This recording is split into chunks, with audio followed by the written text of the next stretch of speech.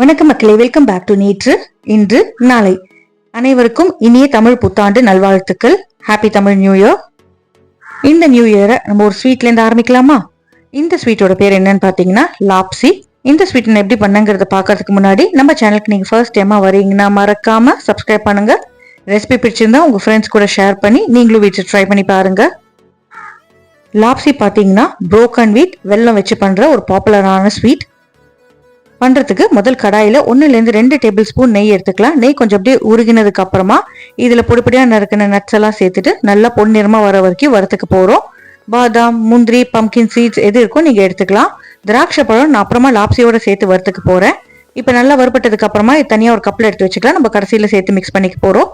மீதி இருக்கிற நெய்ல நம்ம ஒரு 1/2 கப் அளவுக்கு டாலியா, அதாவது உடைச்ச கோதுமையை சேர்த்துட்டு பொன்னிறமா வர வரைக்கும் நம்ம வறுத்துக்கணும். பாதி வறுப்பட்டதுக்கு அப்புறமா இதுலயே ஒரு கைப்பிடி அளவுக்கு திராட்சை பழம் சேர்த்துட்டு வறுத்துக்கலாம்.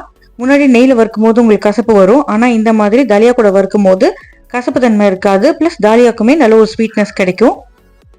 பொன்னிறமா மாறினதுக்கு அப்புறமா இதுல 3 கப் அளவுக்கு நம்ம வெந்நீர் சேர்த்துக்கணும். அதாவது தண்ணி நல்லா சூடா இருக்கணும். பச்சை தண்ணி சேர்த்தீங்கன்னா வேகிறதுக்கு ரொம்ப லேட் ஆகும். உங்களுக்கு 1/2 மணி நேரத்துக்கு மேலேயே ஆகும். வெந்நீர் சேர்த்து கொதிக்க விட்டீங்கன்னா உங்களுக்கு 15 மினிட்ஸ்ல வெந்துடும்.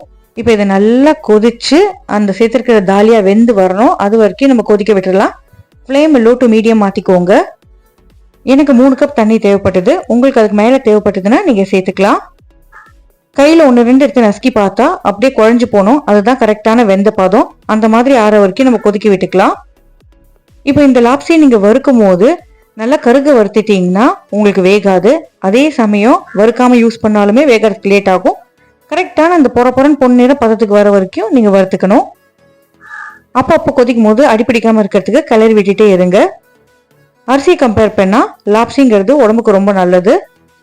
சம்பா ரவையும் டாலியாவும் ஒண்ணு கிடையாதுங்க. சம்பா ரவைங்கிறது சின்ன சின்ன குருணை, அதே இந்த டாலியாங்கிறது நல்ல பெரிய பெரிய குருணையா இருக்கும்.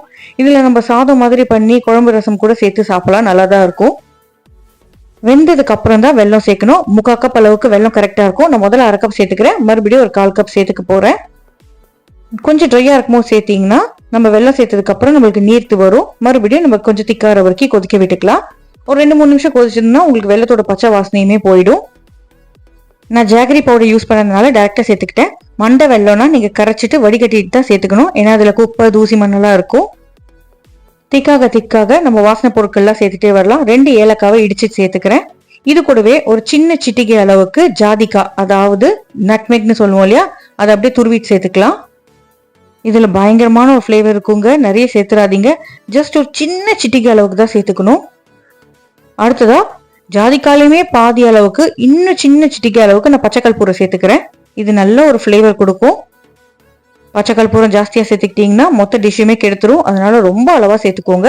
இப்ப நம்ம வறுத்து வச்சிருக்க அந்த நட்ஸ் எல்லாம் சேர்த்துட்டு மிக்ஸ் பண்ணிக்கலாம்.